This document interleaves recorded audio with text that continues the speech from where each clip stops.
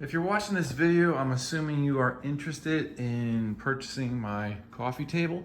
So I'm gonna give you a close-up view of the table. And just to be transparent, all imperfections so you know exactly what you are getting. So we'll start from the outside. This is definitely a one-of-a-kind piece. I've never seen anybody build a flip table before. I believe I am the first one to build a flip train coffee table. It's made from African mahogany and it's finished with linseed oil and wax. So I used tried and true finish on top. Just recently I resanded the entire table, the outside and the top, and refinished it. So 90% of all the imperfections are gone. So if we go around the table here, you can see real close up. If you get real close up, you can see where I filled in the nail holes.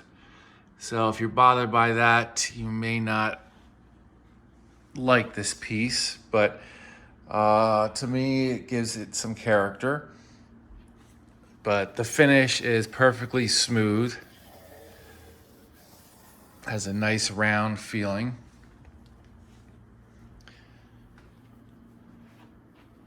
Right here in the middle, we have a plug, and that is where the magnet is triggered, or I'm sorry, the reed switch is triggered. So buried in there is a reed switch. That's why that plug is there.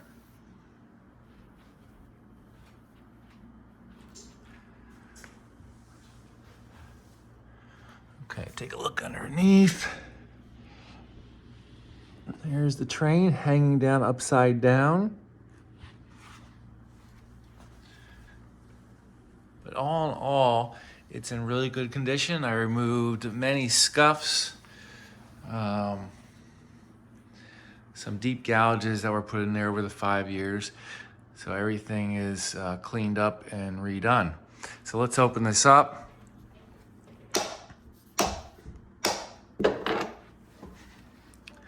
It's a nice smooth rotation.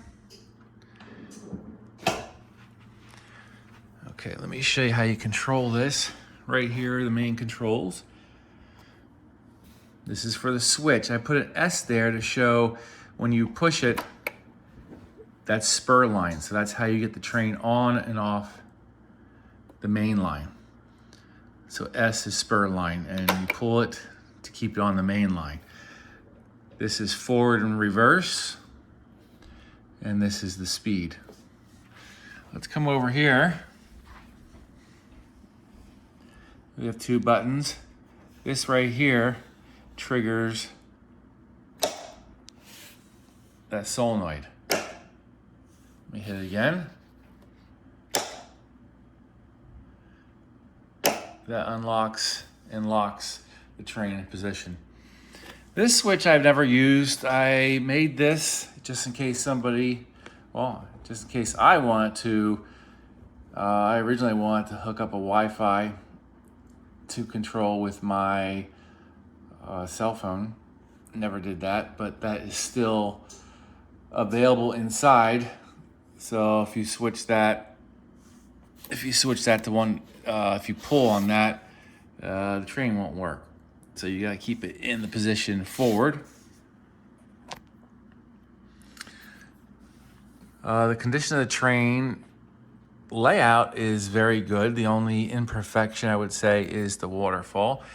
You can see it's yellowed a little bit over time, and I think that comes from the caulk I used. I don't want to redo that. If you end up buying this, you could redo that waterfall or paint it, but it is a little yellow.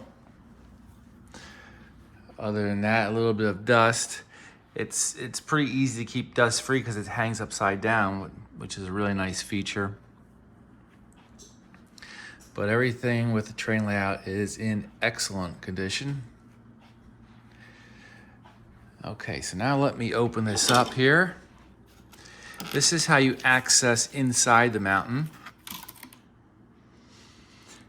So if you have a derailment